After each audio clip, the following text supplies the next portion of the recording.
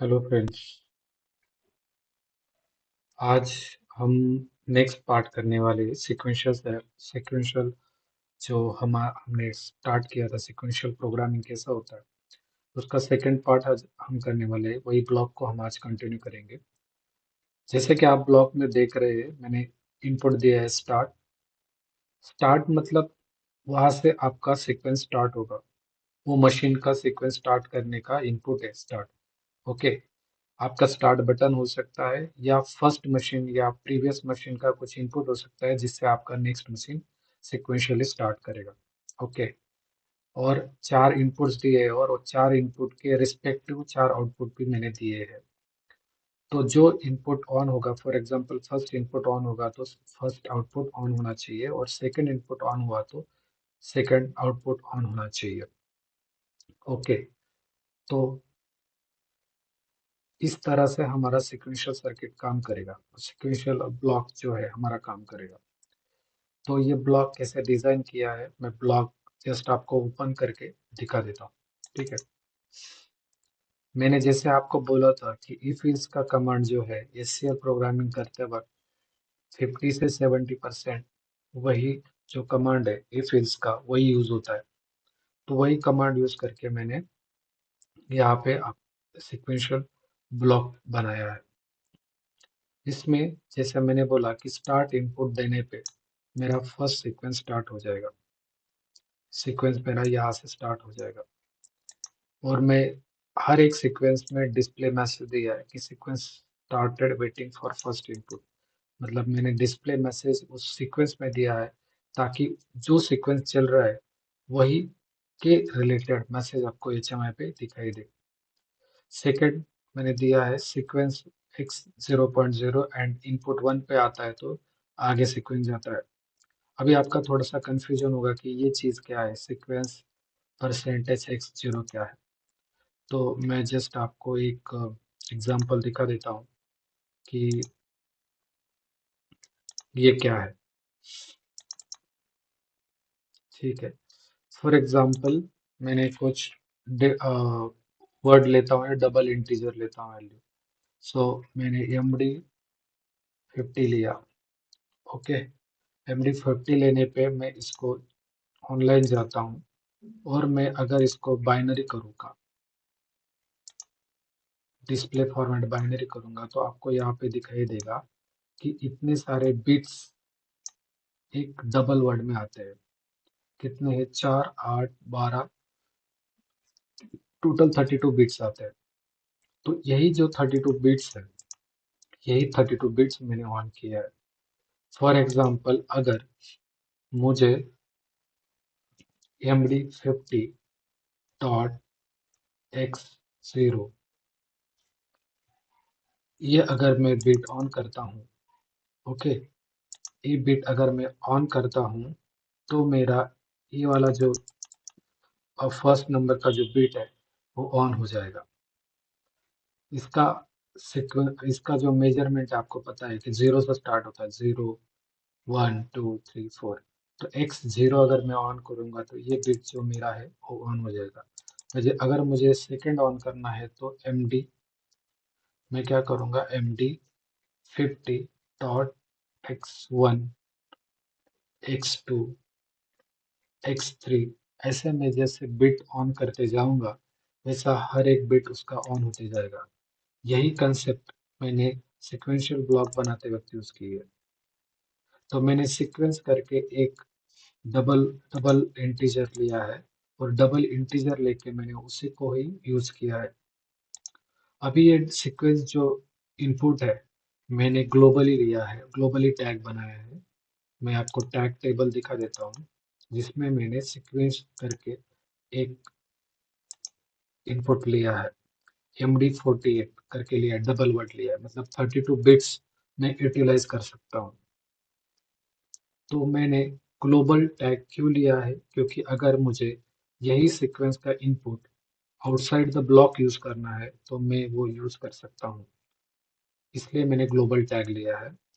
अगर आपको वही इनपुट सीक्वेंस का ये सीक्वेंस इनपुट होने पे, फॉर एग्जांपल मेरा सीक्वेंस X0 मतलब फर्स्ट सीक्वेंस ऑन होने पे अगर मुझे कुछ ऑन करना है, आउटपुट ऑन करना है, जैसे यहाँ पे मैंने आउटपुट ऑन किया है, वो आउटपुट आपको आउटसाइड द ब्लॉक लिखना है तो आप लिख सकते हो, वो इनपुट एक्सेस कर सकते हो।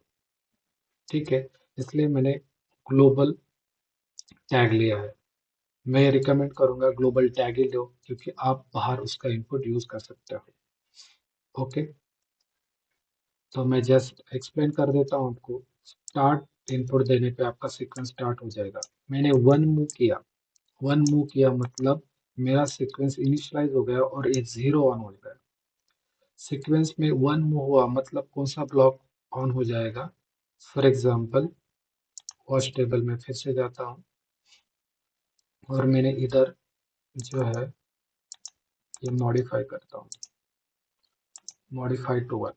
अभी मैंने वन मूव किया तो क्या हुआ, फर्स्ट बिट मेरा वन हुआ, राइट ना।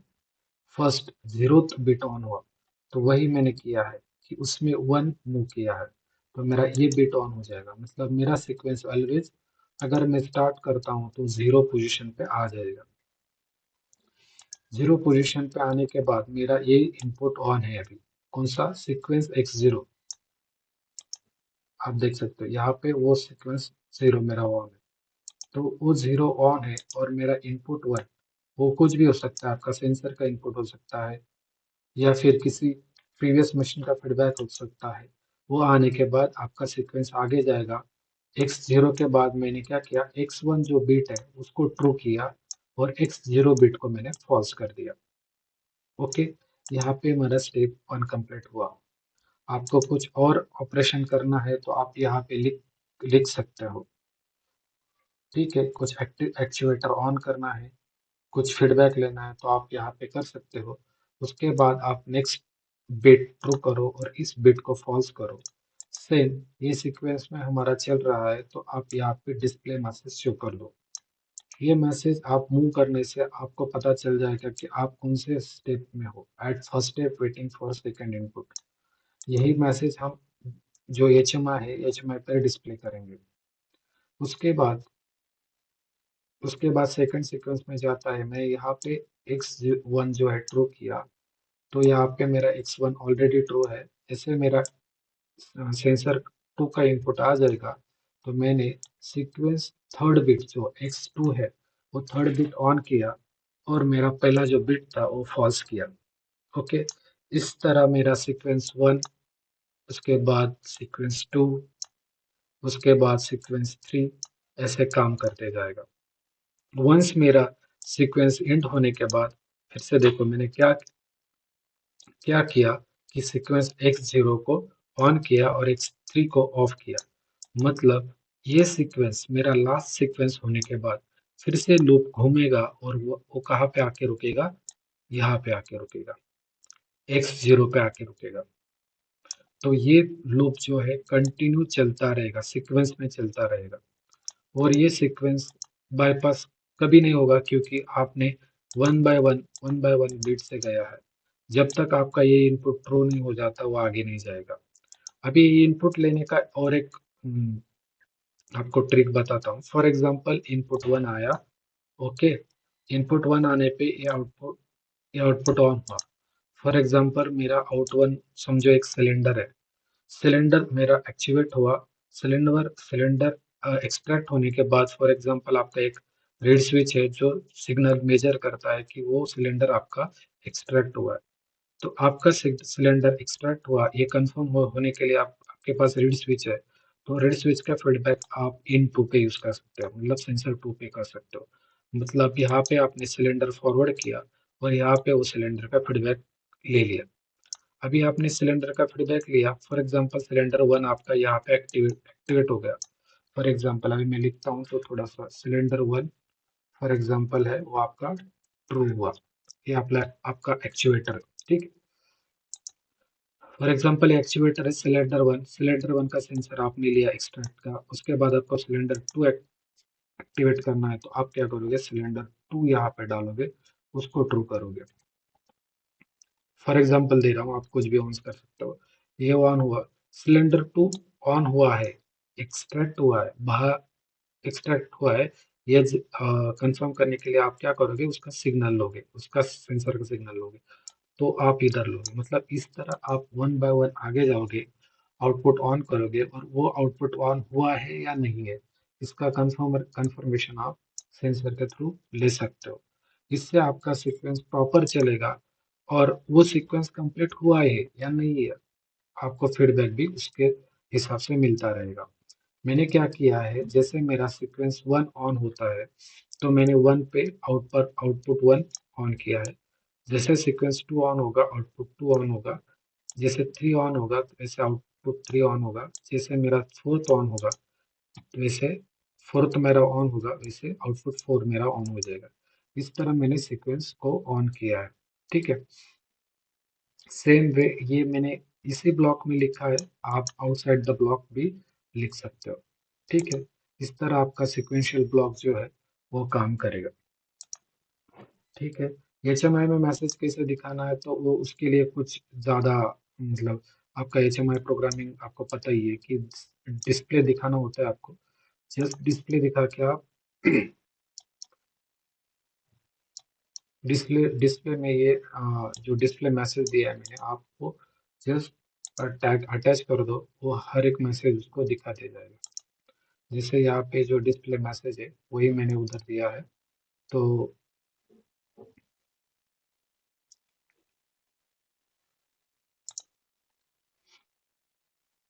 वही मैसेज आपको एचएमआई के डिस्प्ले पे दिखाएगा। मैं जस्ट उसको ऑन करके दिखा देता हूँ आपको एक बार।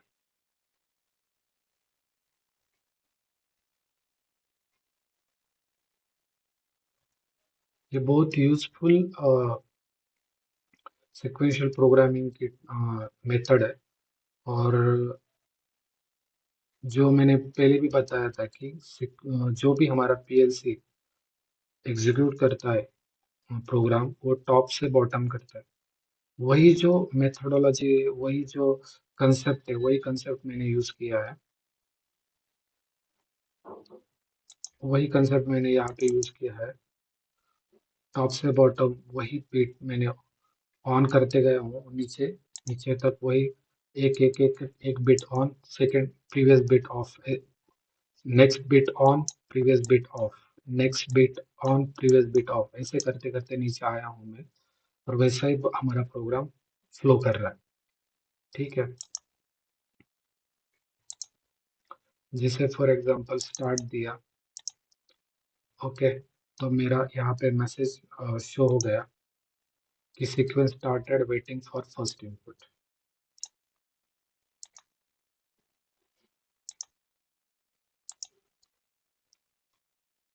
फॉर एग्जांपल ये फॉल्स हो गया, नो प्रॉब्लम।